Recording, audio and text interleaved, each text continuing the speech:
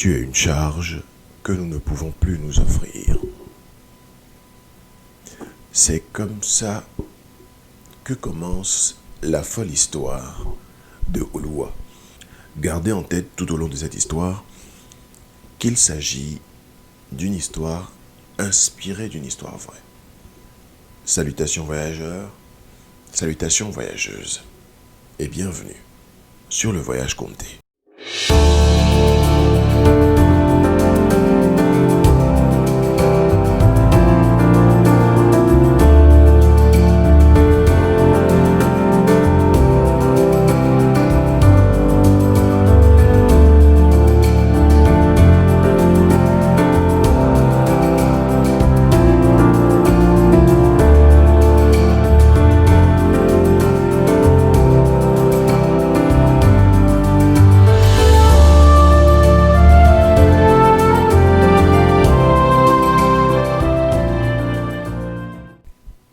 Ici, nous explorons ensemble la culture noire à travers ses contes, ses histoires, ses épopées et ses légendes.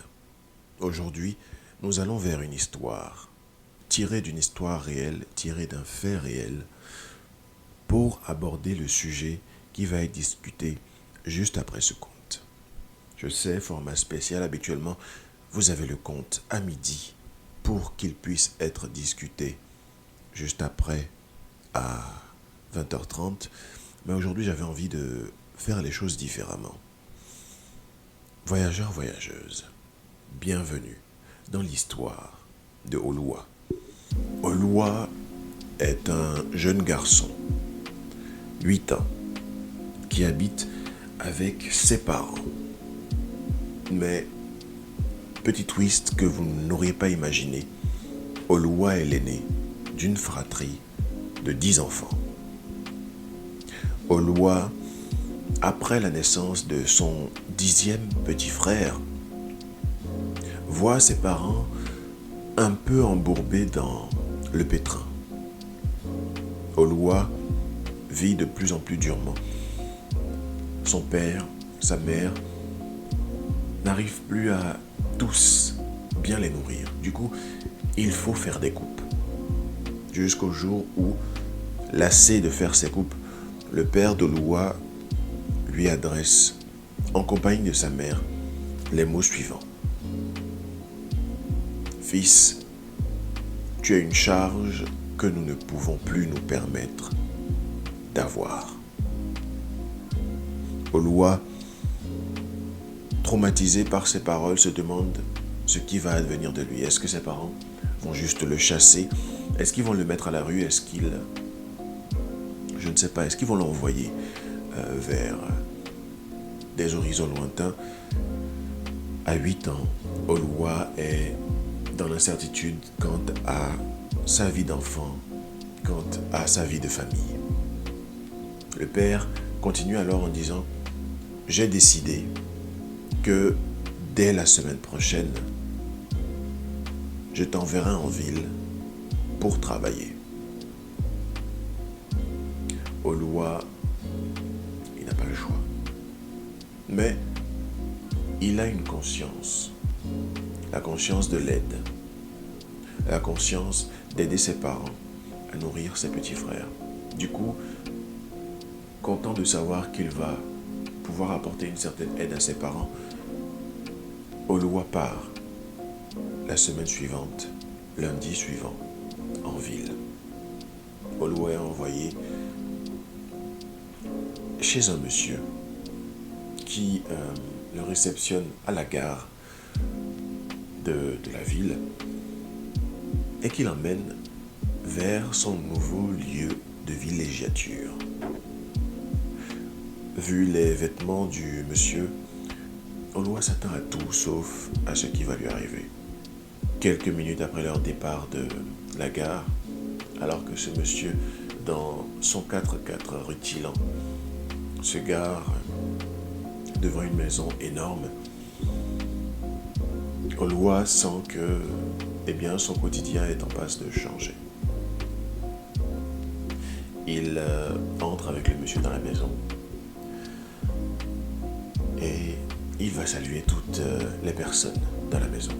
Oloua est devenu par là le domestique de 5 personnes.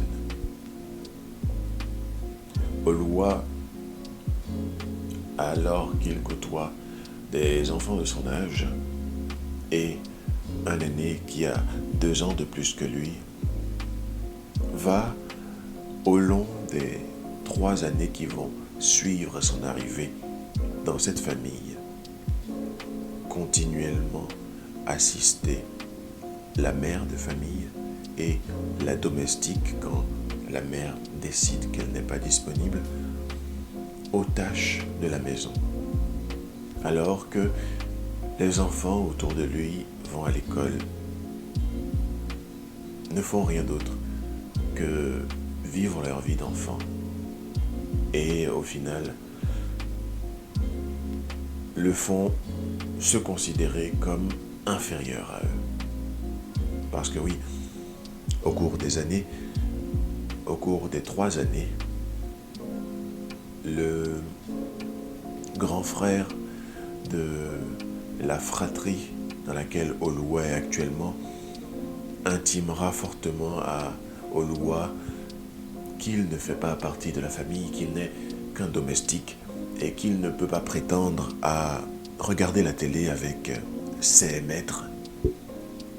Le Benjamin de la famille, soit celui qui a 2 ans de moins que Oloua, dira à ce dernier que il n'a aucun droit ici, qu'il fait ce qu'on lui demande, qu'il doit obéir aux ordres et qu'après, lorsqu'il s'en serait lassé, il pourrait le congédier. Mais qu'entre-temps, il est tenu par l'obligation que son père a prise sur lui. Mais petit détail que vous ignorez, Oloua est payé. Oloua, à 8 ans, a un salaire. Sauf que ce salaire n'est pas versé à Oloua, évidemment. Il est trop petit, selon son entourage immédiat et distant, en l'espèce. Il est trop petit pour connaître l'argent de la valeur, pouvoir gérer l'argent. Mais étrangement, il n'est pas trop petit pour travailler. Alors, vous l'aurez compris, l'argent est envoyé directement à sa famille. À sa famille qui, au village, s'impatiente des chèques que Oloua leur fait gagner. Ces chèques étant suffisamment proéminents, le père a arrêté de travailler. Il ne vit que de l'effort de Oloua, parce que, évidemment, ça paye bien. Ça paye beaucoup, beaucoup mieux que tout autre emploi qu'il aurait pu dénicher de son village. En plus, c'est de l'argent sur lequel il n'a aucune charge. Ce n'est pas de l'argent qu'il gagne lui-même, c'est de l'argent qu'on lui donne parce que, eh bien, son fils travaille. Mais toute bonne chose a une fin, n'est-ce pas? La famille dans laquelle Oloua est, après 3 ans, décide qu'elle ne veut plus rester sur le territoire et qu'elle s'en va hors d'Afrique. Je ne vais pas dire de pays pour respecter la vie de ce monsieur qui est aujourd'hui un homme. Mais il décide de partir. Et alors qu'ils partent, Oloua se voit contraint de retourner chez lui. L'accueil qu'il reçoit est glacial. Son père, énervé de ne plus voir des rentes tomber, passe ses nerfs sur son fils aîné. Passe ses nerfs sur la source de son pouvoir d'achat. Alors, Oloua, pour toujours aider sa famille, surtout que il est venu, il est resté 2 mois. Et la situation n'a fait que s'empirer. Parce que maintenant, Oluwa, il a 12 ans. Il a 12 ans et il entre dans sa 12e année. Et Oluwa ne sait pas quoi faire pour arranger ses parents. Il n'a pas de connaissances outre mesure. Il ne sait pas qui contacter pour avoir du travail, mais il veut quand même travailler. Parce qu'il sait que ça aide sa famille au village. Alors, le père a une autre idée de génie. Il s'entretient avec Oluwa de nouveau en lui disant « Fils, depuis que tu es revenu, tu ne nous sers à rien. J'ai décidé donc de te renvoyer en ville vers un ami qui va de nouveau te prendre en charge. Ne t'en fais pas, tout ce que tu fais, tu le fais pour toi. Tu vas cette fois apprendre un vrai métier et tu pourras grandir et te développer dans ce métier. Mais ne t'en fais pas, tout ce que tu fais, tu le fais pour toi. » Oluwa est alors envoyé en ville, de nouveau. Sauf que cette fois, son père vient avec lui et le conduit directement vers son nouveau propriétaire. Vous allez comprendre pourquoi j'utilise ce mot tout à l'heure. Oluwa est donc amené chez un mécanicien qui cherche des apprentis. Si vous êtes un familier du continent africain, si vous y avez vécu, vous allez savoir ce qui va suivre. Et si vous n'y avez pas vécu, je vous explique très brièvement. L'apprenti est pris à un bas âge. L'apprenti évolue sous la houlette du maître d'ouvrage pendant plusieurs années. L'apprenti dort dans l'atelier. L'apprenti mange dans l'atelier. En gros, l'apprenti vit dans l'atelier. Vous le voyez venir? Eh bien, c'est exactement ce qui se passe. À 12 ans, Oluwa, en ville, devient apprenti mécanicien. En tant qu'apprenti mécanicien, il est soumis à une violence extrême. Son nouveau maître d'ouvrage, désireux de voir Oluwa connaître d'avance tous les détails de ce travail de mécanique, n'hésite pas à bastonner Oluwa. Mais bon, Oluwa est déjà bien connaisseur de la chose. Son expérience professionnelle précédente lui a enseigné à quel point on pouvait être cruel pour rien. Oluwa est donc frappé lorsqu'il ne sait pas faire quelque chose. Oluwa est frappé lorsqu'il rate un ouvrage. Oluwa est frappé lorsqu'une commission qu'on lui a chargé de faire n'est pas faite suffisamment vite. Selon son maître d'ouvrage, Oluwa est frappé pour tout et n'importe quoi. Mais le plus important, c'est que Oluwa, cette fois, de nouveau, est payé. Et de nouveau, Oluwa est toujours trop petit pour connaître la valeur de l'argent. Après tout, le maître d'ouvrage s'occupe quand même tous les matins de donner une somme de 100 francs à Oluwa pour qu'il puisse se nourrir. Une fois dans la journée, c'est largement suffisant. Oluwa, avec cette petite somme, ça l'apprend à quand même se gérer, dit l'employeur. 100 francs, c'est quand même beaucoup. Avec 100 francs, on peut faire beaucoup de choses. Et il apprend comme ça à se gérer. Le reste du salaire de Oluwa retourne vers sa famille. Bon, le maître d'ouvrage n'est pas aussi aisé que l'ancien détenteur de Oluwa. Donc, les rentes qui sont versées sont moins élevées.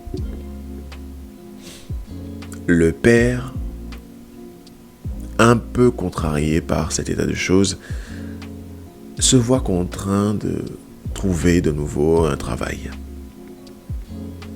Il travaille quelque temps et continuant à avoir un complément de salaire de la part de Oluwa qui est quand même assez conséquent. Voyant ses enfants aussi grandir et devant les nourrir, tout ça l'aide.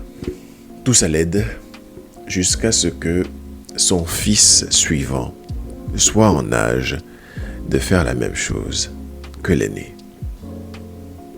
Je vous épargne les détails, restons concentrés sur Oluwa. Oluwa, à 12 ans, passe exactement 10 ans sous la houlette de son maître d'ouvrage. 10 ans au cours desquels, tous les mois, une rente est versée à son père. 10 ans au cours desquels, son père, à chaque fois qu'un de ses enfants était suffisamment âgé pour aller travailler, eh bien, il allait travailler. Et l'âge suffisamment âgé pour le père, pour que l'enfant puisse aller travailler, est de 7 ans.